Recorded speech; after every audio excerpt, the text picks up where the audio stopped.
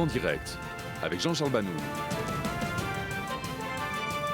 Bonsoir, le Hezbollah promet donc de venger la mort de l'un de ses chefs, Samir Kuntar. Ses obsèques ont été célébrées aujourd'hui devant une foule massive à Beyrouth, 2 jours après son élimination, attribuée d'ailleurs à l'armée israélienne, mais revendiquée aujourd'hui par l'armée syrienne libre. Joseph Emmanuel. Ils sont plusieurs dizaines de milliers à assister aux funérailles de Samir Kuntar. Nous sommes à Beyrouth, au Liban, et c'est le mouvement islamiste chiite Hezbollah qui organise ces funérailles presque nationales. Samir Kuntar a été tué samedi soir près de Damas lors d'un raid imputé à Israël. L'État hébreu n'a pas revendiqué la responsabilité de l'attaque, mais s'est félicité de la mort de Kuntar. Ce cadre du Hezbollah ne tarit pas d'éloges concernant celui qu'il appelle un martyr, et rapidement il menace Israël. Si les Israéliens pensent qu'en tuant Samir Kuntar, ils ont stoppé son travail, ils se trompent lourdement. Les sionistes savent ou sauront très vite qu'ils viennent d'ouvrir plusieurs fronts qui ne se refermeront pas si facilement. Samir Kuntar avait été libéré en 2008 des prisons israéliennes après 28 ans d'emprisonnement. En 1979, il n'a que 16 ans. Il fait partie d'un commando de 4 hommes du Front de libération de la Palestine. Et c'est par mer qu'il débarque sur une plage israélienne. Face à lui, un père et sa fille de 4 ans. Kuntar exécute l'Israélien par balle, puis fracasse la tête de la petite fille sur un rocher. Des meurtres particulièrement barbares pour libérer, dira-t-il durant son procès, la Palestine occupée. Jaramana, en Syrie, c'est dans cet immeuble que Samir Kuntar était lors du bombardement, une attaque chirurgicale. Nous avons entendu 4 énormes explosions qui ont secoué la zone. Quelques minutes plus tard, j'ai compris que le bâtiment visé était à côté. Je me suis enfui, Dieu merci. Les dégâts semblent surtout être matériels. Mais le martyr Samir Kuntar semble avoir été la cible. Samir Kuntar était devenu un cadre du Hezbollah, un mouvement terroriste sous perfusion iranienne. Et les funérailles du terroriste ont d'ailleurs été retransmises dans la République islamique. Kuntar était druze et représentait l'emblème d'un projet, la formation d'un front dans le sud druze syrien avec un objectif, pénétrer le plateau du Golan, cette zone anciennement syrienne annexée par Israël après la guerre des 6 jours. Israël soupçonnait Kuntar de préparer des attaques dans cette zone en cherchant à ébranler la loyauté des Druzes envers l'État hébreu. Et on va retrouver tout de suite en direct de Naharia, tout près de la frontière entre Israël et le Liban, Maxime Pérez, envoyé spécial. Bonsoir Maxime. Atmosphère sur place ce soir? Écoutez, très franchement, la vie suit son cours avec des gens attablés aux terrasses de cafés et de restaurants, des commerces ouverts.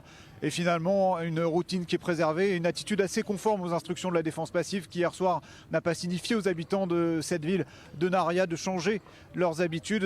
Toutefois, il faut signaler que la municipalité a appliqué dès hier soir le principe de précaution en demandant l'ouverture de tous les abris publics dans cette ville qui a, vous le savez, longtemps été la cible du Hezbollah dans les années 90 pendant ces longues périodes de tirs de roquettes contre la région nord d'Israël. On redoute ici, évidemment, parce que approche le discours de Nasrallah et que le Hezbollah a crié vengeance, de nouveaux tirs de Katyusha, peut-être dans les prochains jours. Alors justement, riposte attendue et armée israélienne en état d'alerte renforcée, Maxime ?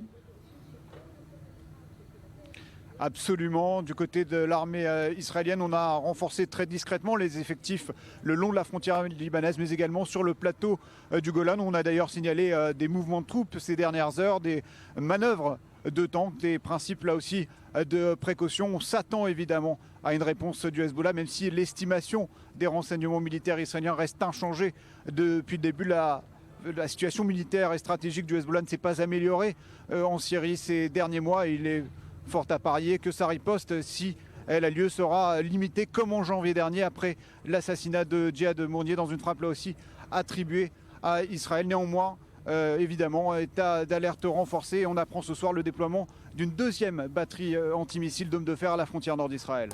Merci Maxime Pérez. On va vous retrouver tout à l'heure évidemment puisque Nasrallah, le leader du Hezbollah, doit s'exprimer depuis Beyrouth d'ici une vingtaine de minutes. On va donc revenir sur le sujet avec vous un petit peu plus tard depuis Naharia. Voilà, et on va vous montrer une image en direct de la télévision libanaise où il s'exprime en ce moment même. C'est le chef spirituel du mouvement chiite Hezbollah, Hassan Nasrallah, qui est donc en train de réagir à l'élimination d'un de ses principaux lieutenant Samir Kuntar, et on vous analysera son discours dans une demi-heure maintenant avec deux experts qui viendront en plateau.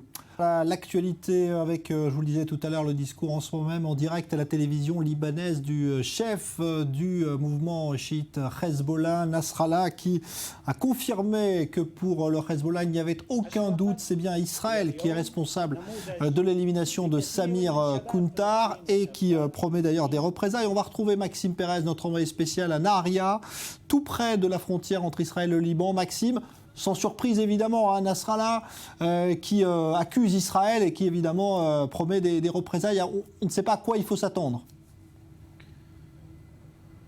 Absolument, Nasrallah qui pointe ouvertement un doigt accusateur en direction d'Israël. C'est Israël qui a assassiné Samir Kuntar. Il l'a fait avec des missiles de précision. Ça n'est pas les rebelles, une allusion évidemment à cette revendication de l'armée syrienne libre qui est intervenue un peu plus tôt dans la journée. Nasrallah qui a rajouté que Samir Kuntar se savait menacé, et cela dès sa libération en 2008 dans le cadre de cet échange de prisonniers qui, rappelez-vous, avait vu la restitution par le Hezbollah des dépouilles de 2 soldats israéliens kidnappés en 2006 qui avaient déclenché la deuxième guerre du Liban. Un discours qui se poursuit, un discours fleuve, hein, comme on en a l'habitude avec le secrétaire général du Hezbollah, qui devrait certainement donner la couleur de ce qui devrait se passer dans les prochains jours à la frontière nord d'Israël. On s'attend évidemment à une période de tension, du moins jusqu'à ce que le Hezbollah ne mette ses menaces à exécution et qu'il exécute ses représailles promises cet après-midi lors des funérailles à Beyrouth de Samir Kuntar. Merci Maxime Pérez. On vous retrouvera tout à l'heure avec des analystes en plateau. Retour